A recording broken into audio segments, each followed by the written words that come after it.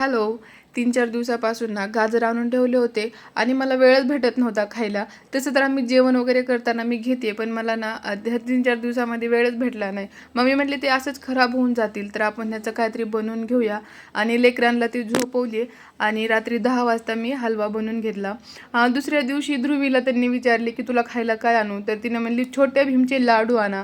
आणि ते आणल्यावर पण तिचं असं होतं की हे लाडू ऑरेंज कलरचे आहेत, मला येल्लो कलरचे पाहिजे होते. रोज सकाळी ना ध्रुवीच्या आणि त्यांच्या दोघांच्या मनावर नाश्त्याला बनते, पण आज मी माझ्या मनानं बनवला होता पास्ता.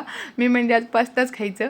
आणि मग आम्ही पास्ता वगैरे खाल्लो आणि मग खाली पाणी आणायला जायचं होतं, मग गेलो तिकडं.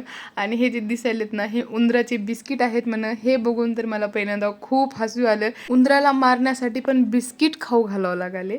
आमच्या गाडीमध्ये 1 महिन्यापासून उंदीर जाऊन बसलाय आणि ते सापडतच नाही. त्याला पकडण्यासाठी ना ते काय म्हणजे तसलं ते जाळीसारखं असते ते पण लावले होते, खटका काय म्हणते त्याला, त्याच्यामध्ये पण ते बसला नाही. काय काय प्रयोग करून बघितले ते पण काहीच झालं नाही. फायनली आता हे असले बिस्किट आणलेत. उंदराचं नशीब की त्याला खायला बिस्किट भेटत आहेत.